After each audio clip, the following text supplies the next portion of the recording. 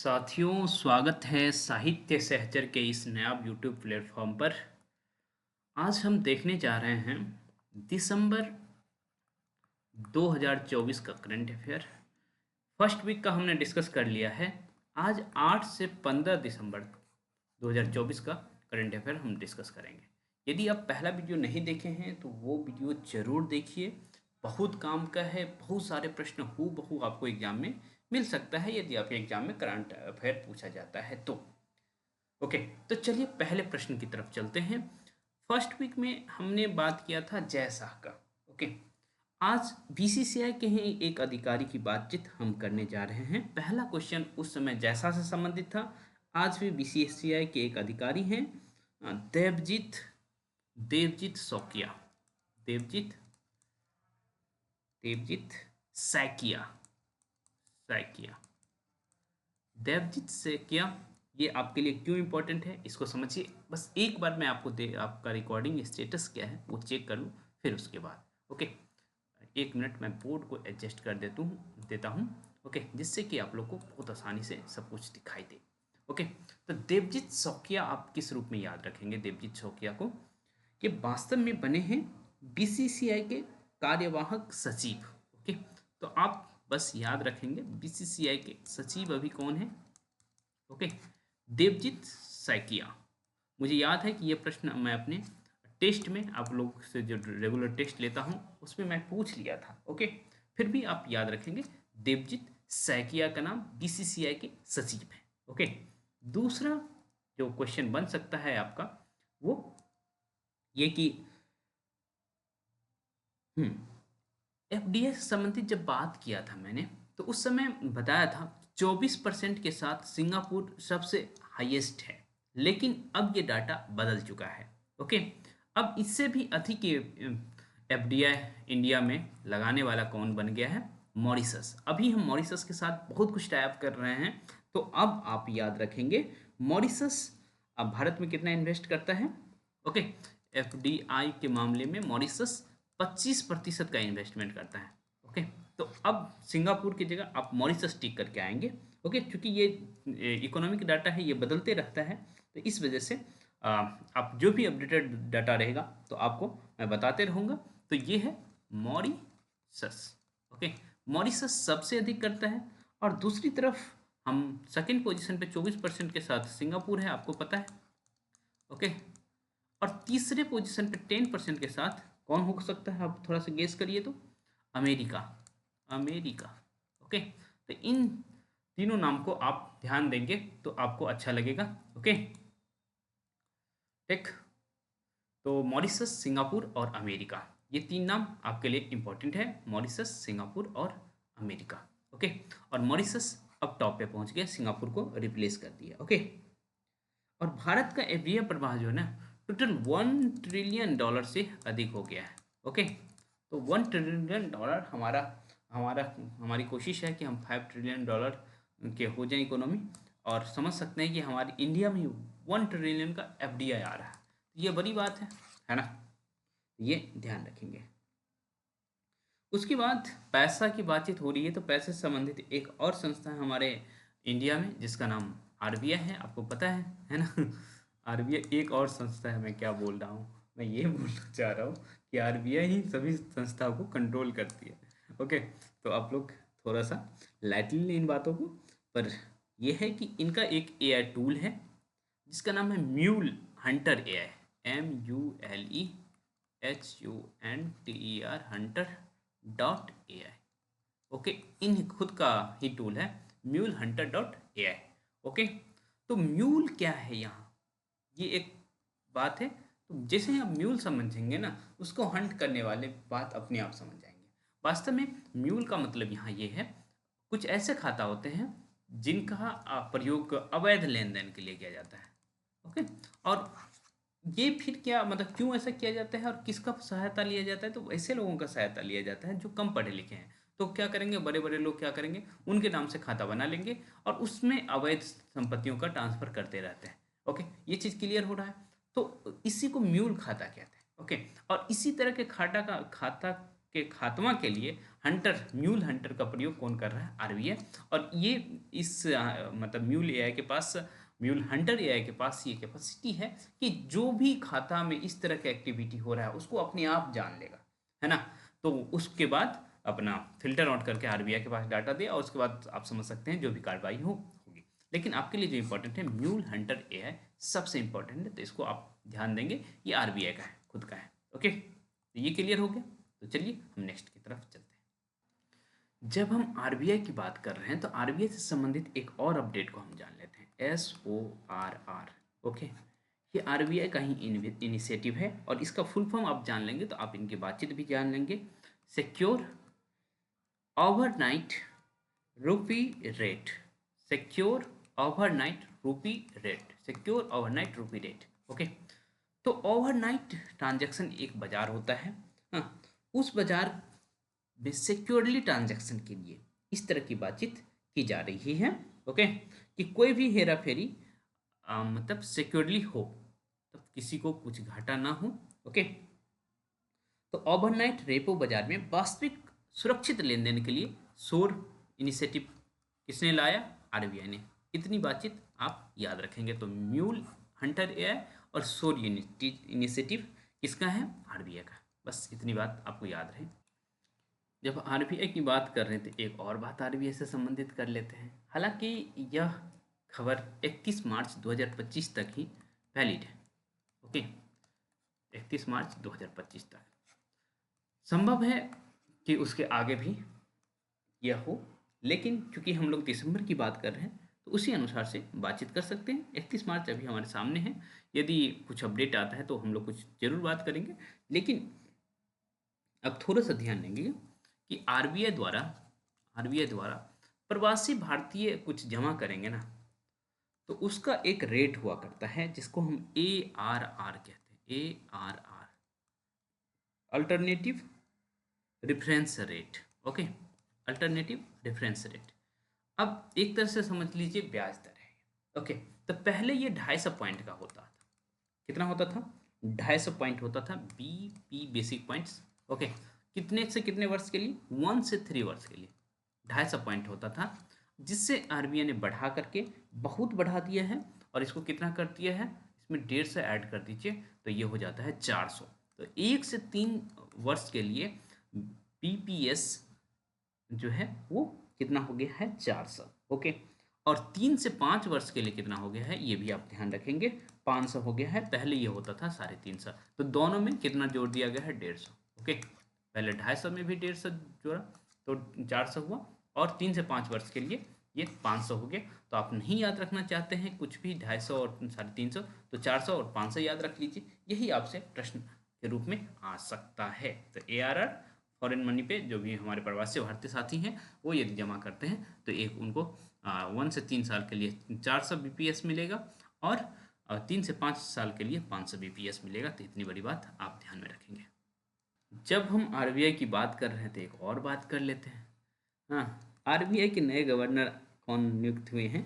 तो इतनी सी बात आप याद रखेंगे। हालांकि पिछले वीडियो में हमने आपसे पूछा था कि आरबीआई के नए गवर्नर कौन हैं, और अभी मैं उत्तर भी दे रहा हूँ। ओके, तो संजय मल्होत्रा जी हैं। मल्होत्रा। देवजीत सौकिया कौन है? अभी मैंने बताया है सैकिया, सौकिया नहीं सैकिया। ओके, तो संजय मल्होत्रा कौन है? आरबीआई के न्यू गवर्नर हैं। इससे पहले आपको पता है कि शक्तिकांत दास थे और लंबे समय तक थे। ओके, तो संजय मल्होत्रा को आप ध्यान रखेंगे। ओके, तो आईआईटी कानपुर से इनकी पढ़ाई हुई है। तो बाकी बातें हमें याद रखने की ज़रूरत नहीं है कि इनकी पढ़ाई कहाँ से हुई है, पढ़ाई अच्छी हुई है, अच्छे जगह से हुई है, और इसी वजह से यहाँ तक पहुँचे हैं। यह खबर हमारे लिए थोड़ा सा निराशाजनक है, पर खबर है तो खबर है ना। बांग्लादेश हमारे पड़ोसी मुल्क है ना, बांग्लादेश, है ना। Okay, Asia cup, Asia cup under 19 किसको हरा दिया? बांग्लादेश ने किसको हरा दिया एशिया कप अंडर 19 में? इंडिया को, है ना। तो हमारे लिए दुख भरी खबर है, लेकिन यही बात है कि करंट अफेयर की दृष्टि से इम्पोर्टेंट हो सकता है, क्योंकि बात एशिया की है, इसीलिए आप ध्यान रखेंगे। ओके, कि इंडिया सेकेंड विनर है, पहला विनर जो है, फर्स्ट विनर बांग्लादेश है। मतलब एशिया कप किसने जीता? अंडर 19 का बांग्लादेश ने। बस इतनी बात है। और दूसरी तो दुखद बात यह है कि ये हम लोग को दूसरी बार हरा दिया। चलिए थोड़ा सा और आगे बढ़ते हैं। ओके, 8 बजने जा रहा है। अभी आप लोगों के डिस्कशन का समय हो रहा है, ग्रुप डिस्कशन का। हो सकता है मैं ये वीडियो पॉज करके बाद में मर्ज करके बना दूँ। ओके, ये पॉसिबल है, या तो पार्ट वाइज आपको मिलेगा या फिर मर्ज हो जाएगा, तो ये बहुत अच्छी बात रहेगी आप लोगों के लिए। तो जैसा होगा मैं करूँगा। ओके, तो चलिए आगे की तरफ बढ़ते हैं। विश्व मानवाधिकार दिवस कब मनाया जाता है? ये तो आसान प्रश्न होगा ना आप लोगों के लिए। विश्व मानवाधिकार दिवस, ये तो पता होगा आप लोगों को, है ना। अब थोड़ा एग्जामिनर ना आगे की तरफ से पूछ लेते हैं। 10 दिसंबर आपको याद रखना है। ओके, थीम हमेशा याद रखेंगे आप लोग। जो इम्पोर्टेंट डेट्स हैं, जो डेट मनाया जाता है उसका, हमारे अधिकार, हमारे अधिकार, हमारा भविष्य, हमारा भविष्य अभी, है ना। विश्व मानवाधिकार 10 दिसंबर को मनाया जाता है और इसका थीम था हमारे अधिकार, हमारा भविष्य अभी भी याद रखना है। ओके, तो ये इतना याद रख लेंगे काफ़ी है। बहुत ज़्यादा बातें ना भी याद रखें तो चलेगा। जैसे 1948 में संयुक्त राष्ट्र महासभा द्वारा इसकी घोषणा की गई, चलेगा ये सारी बातें। ओके, लेकिन थीम आपको पता रहनी चाहिए। INS तुशील, INS तुशील, है ना, भारतीय नौसेना के बेड़े में शामिल हो गया है। ओके, तो ये किसने बनाया है? तो रूस ने बनाया है, इतना ध्यान रखेंगे। INS तुशील। ओके, तो अब दो बातें होती हैं। एक तो आपको पता होगा कि हमारे रक्षा मंत्री कौन है। ओके, रक्षा मंत्री कौन है हमारे? रक्षा मंत्री, तो ये फिक्स रक्षा मंत्री हैं एक तरह से, राजनाथ सिंह, है ना। राजनाथ सिंह यूपी के, कभी मुलायम सिंह होते हुआ करते थे, अभी राजनाथ सिंह हैं, है ना। ओके, उसके बाद नौसेना प्रमुख का नाम आपको पता होना चाहिए। नौसेना प्रमुख का नाम है दिनेश त्रिपाठी। ओके, दिनेश त्रिपाठी। ओके, नौसेना प्रमुख हमारे कौन है? एडमिरल दिनेश त्रिपाठी। ओके, तो इतनी सारी बातें आप ध्यान में रखेंगे तो मुझे अच्छा लगेगा। ओके, थोड़ा सा और आगे बढ़ते हैं। ओके, चूँकि आपका टाइम हो गया है 8, पर यह है कि मुझे थोड़ा सा रिकॉर्ड और कर लेना चाहिए, बस ज़्यादा नहीं। थोड़ा आगे बढ़ता हूँ मैं। ओके, दुबई में सबसे बड़ी सोने की ईंट का अनावरण किया गया और इसके द्वारा गिनीज रिकॉर्ड का जो रिकॉर्ड था उसको तोड़ दिया गया। तो इसको किसने बनाया? तो एमिरेट्स, UAE में जो ई है, Emirates meeting factory, Emirates meeting factory द्वारा बनाया गया है। हाँ, 300 kg का सोना है। बस इतनी बातें याद रख लेंगे चलेगा।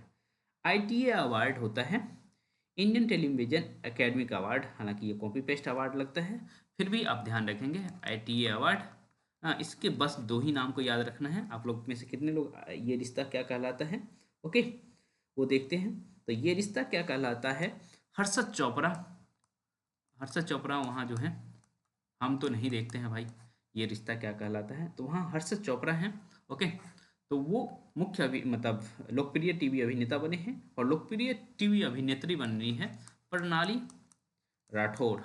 ओके, प्रणाली राठौर ये मुख्य अभिनेत्री बनी है या लोकप्रिय टीवी अभिनेत्री बनी है। और दोनों ये रिश्ता क्या कहलाता है, और जब ये रिश्ता क्या कहलाता है हम इसकी बात कर रहे हैं, तो आई थिंक ये पक्का स्टार प्लस की तरफ से आता होगा। इसके पीछे कारण ये है क्योंकि स्टार प्लस ही इसको होस्ट किया रहा था। ओके, तो इतनी बातें आप याद रखेंगे तो अच्छी बात रहेगी मेरे लिए और आपके लिए भी, है ना। महिला सशक्तिकरण के लिए मोदी जी ने एक बहुत बड़ा काम किया। तो वो LIC एजेंट्स बनाना चाह रहे हैं Modi ji. Okay, LIC agent. तो फिर इसके लिए उन्होंने क्या किया, बीमा सखी योजना की शुरुआत किया। किस योजना की? बीमा सखी योजना की शुरुआत। थोड़ा सा इसका डिटेलिंग हम कर लेते हैं कि जनरली इसके लिए पात्र हैं 18 से 70 साल की महिलाएं, और उसके बाद 15,000 रुपया मासिक मिलेगा यदि कोई महिला LIC एजेंट बनती है तो। ओके, उसके साथ इनिशिएटिव है तो वो ध्यान में रखने की ज़रूरत नहीं है। कम से कम उनको 24 टारगेट बेचने का लक्ष्य दिया जाएगा कि महीना में कम से कम 2 आप पॉलिसी बेच दीजिए।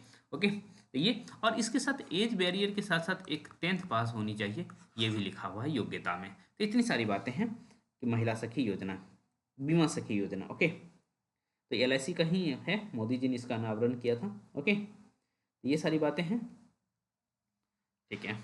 अब देखते हैं, हाँ ये इम्पोर्टेंट है और बहुत इम्पोर्टेंट है। ओके, क्या नाम है इसका? साजी एन करून। साजी एन करून, क्या नाम है? साजी एन करून। साजी एन करून को कौन सा पुरस्कार दिया गया है? इनका नाम है JC डैनियल पुरस्कार। JC Daniel, Daniel, okay, JC Daniel पुरस्कार दिया जा रहा है। किसको? साजी एन करून। तो आप सोच रहे होंगे किस फील्ड में दिया जाता है JC डैनियल पुरस्कार? तो ये केरल सरकार द्वारा दिया जाता है। मलयालम मूवी इंडस्ट्री जो है उसमें अच्छा काम करने के लिए आप इतना याद रखेंगे, साजी एन करून को JC डैनियल पुरस्कार दिया गया है। ओके, और बहुत इंपॉर्टेंट पुरस्कार होता है मलयालम इंडस्ट्री का। इतनी बातें आप याद रखेंगे तो मुझे अच्छा लगेगा। ओके, एक और जो हमारे नज़र से छूट तो नहीं गया, पर एक मिनट, हाँ, ये एक पुरस्कार है जो कि महिलाओं की दृष्टि से ही इम्पोर्टेंट है, तो आप इसको भी ध्यान रखेंगे। नाम क्या है? Women We Admire. Okay, banking क्षेत्र में काम कर रही है और इनको ये पुरस्कार दिया गया है, Women We Admire, admire, ADMIRE, Women We Admire पुरस्कार। किसको? भारती कोहली को, भारती कोहली, भारती कोहली को, विराट कोहली मत याद रख लीजिएगा, भारती कोहली याद रखिएगा। ओके, भारती कोहली को वोमेन वी एडमायर पुरस्कार दिया गया है। ओके, तो इतनी बातें हैं, हमने 8 से 10 दिसंबर का देख लिया। अब नेक्स्ट, या तो नेक्स्ट वीडियो बनाना पड़ेगा या फिर मर्ज हो जाएगा तो हम इसी में मर्ज कर देंगे। ओके, क्योंकि अभी आप लोगों के डिस्कशन का समय है तो वो कर लेंगे। जरूर डिस्कशन के लिए हम जुड़ने के लिए आपको कहेंगे अभी। ओके, प्रणाम सर। जी जी, सभी को प्रणाम। अभी आप लोगों का करंट अफेयर रिकॉर्ड कर रहा था, उसको मैं पॉज कर दे रहा हूँ।